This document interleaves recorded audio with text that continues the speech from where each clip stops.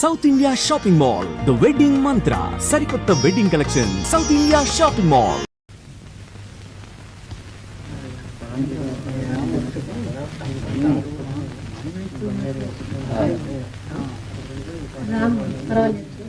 ఇదిగో వేణు, ఎక్కడికి వెళ్ళావరా? పెళ్ళారు వచ్చాను. బాగున్నా గోపాల? ఓ తీసుకురా. తప్పు పదమ్మా.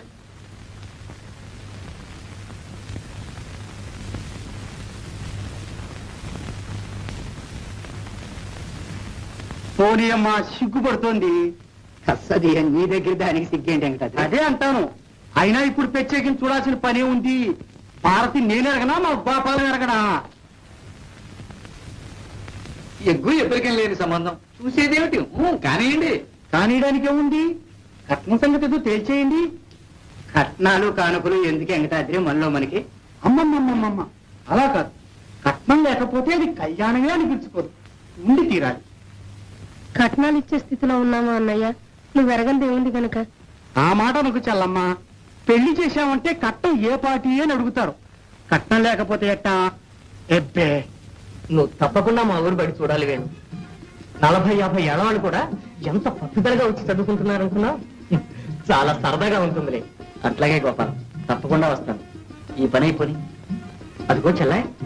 ఏమా మాట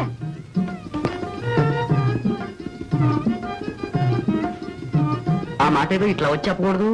గోపాలం కొత్తవాడైనట్టు. నువ్వే వెళ్ళరాదు. ఏ తనెందుకు రాకూడదు? పోనీ నువ్వేరా భారతి? పర్వాలేదులే, రా. ఆ మాట ఏమిటో అక్కడి నుంచి చెప్పేసి. ఏమిటో నాకు తెలదు. ఆదుకోటయ్యా, ఇదే మరొకరైతే ముక్కు పిండి 3000 పుచ్చుకోకపోయేవాడినా. అదృష్టవంతులమే. 500తో మమ్మల్ని వదిలేవు. అవును ఎవరమ్మా, మార్కెట్ రేట్ అట్టా ఉంది. సద్య కట్నాలకు కూడా మార్కెట్ రేటే. అవును, ఎవరిని అడుగుతావు అడుగు. బిఏ చదువుతుంటే 20,000, ఇంటర్మీడియట్ అయితే 10,000, మెట్రికులేషన్ 5, థర్డ్ ఫారం అయితే 3,000. అవునవును, పైగా ఉంది. మరి ఆలస్యం ఎందుకు? ఈ వైశాఖంలోనే. ఈ వైశాఖంలోనా? మరి ఏమనకండి, శుభస్య శీఘ్రం అన్నారు. గోపాలం, ఈ వైశాఖంలోనే పెళ్లి జరిగి తీరాలి. ముహూర్తం పెట్టిస్తాను. సెలవు. నమస్కారం అండి, వెళ్ళొస్తామండి.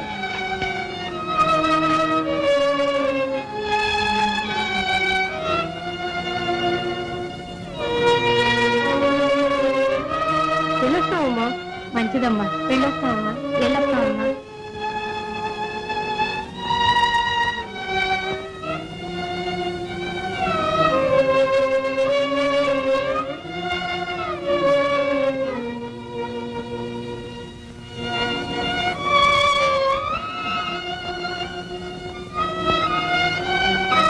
మిగిలినవి 4 బస్తాలు. ఇంత దగ్గర ముహూర్తం పెడితే తూగటం ఎట్టాగా? తూగు, ఉయ్యాలు కట్టుకుని ఊగు. అతనికేం అక్కర్లా. అయితే మళ్ళీ ఆ సాగరయ్య గారినే పట్టుకోవాలన్నమాట. కానీ ఈ వారం కూడా ఆయన మీదే బారేద్దాం.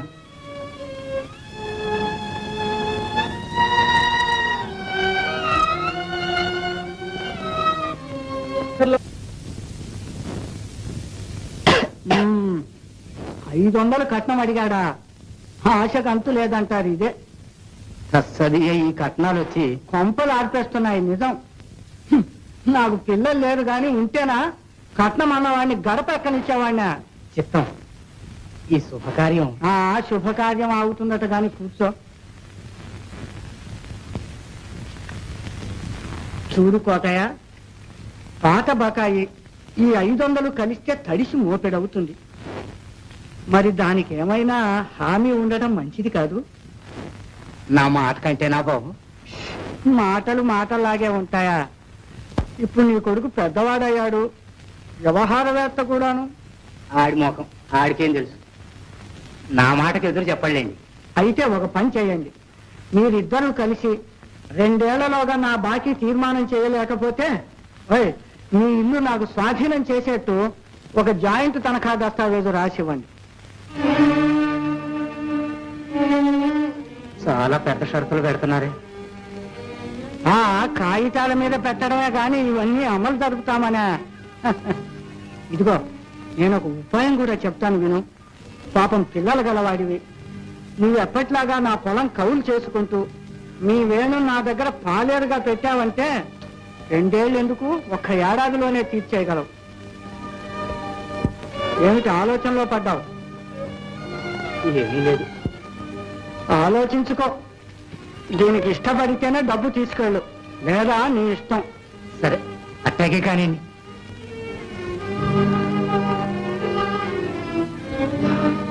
అరే పోలాయా,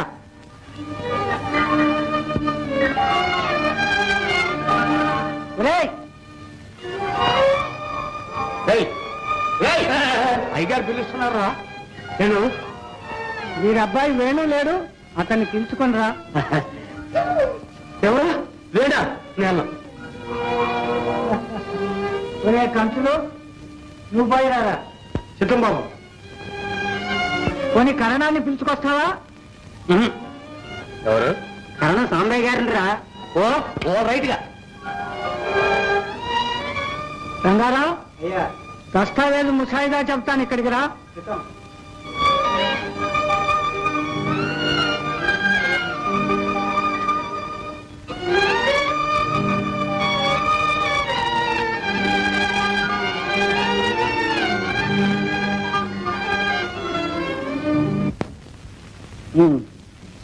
అయితే 2 ఏళ్లలోగా మీ బాకీ తీర్మానం కాకపోతే మా ఇల్లు స్వాధీనం చేసుకుని మమ్మల్ని వెళ్ళగొడతారన్నమాట, అంతేనా?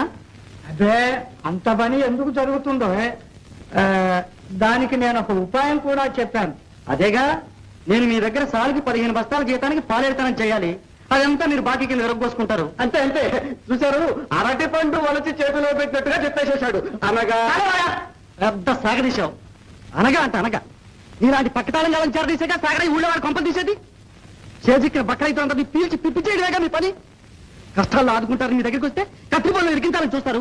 మీ ఎత్తులు ఎవరికి తెలియవు. ఈ నెత్తి కోతల దస్తావేజు మీద నేను సంతకం పెట్టను. అవును, నేను చచ్చిన సంతకం పెట్టను. సాగరయ్య గారు, రోజులు మారాయని గుర్తించండి. వస్తాను. అసలు చెల్లెలకి పెళ్లి కావడం వాడికి ఇష్టం లేదేమో. ఏటికి గీరా ఇది పొగసి పాటేస్తాను. ఎలమంటండి. వాడు పడతాడటండి, కొమ్ములు వస్తూ ఉంటాను. వాడన్నట్టు రోజులు మారిపోయాయి సాగరయ్య గారు. రోజులు మారుతాయి. మారో మరి.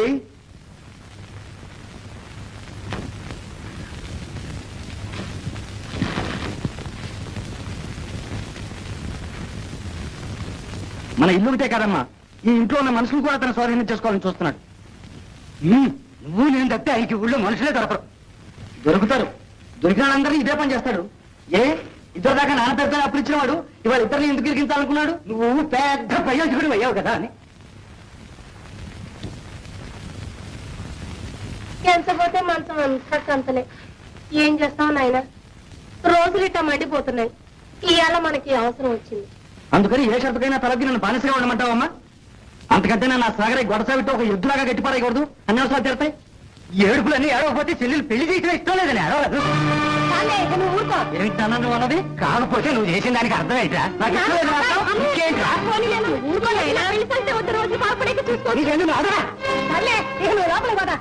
మనకున్నదేగా ఊళ్ళో వాడ ముందు నీళ్ళు నవ్వటం, ఇంట్లో వాడ మీ దగ్గర పట్టం.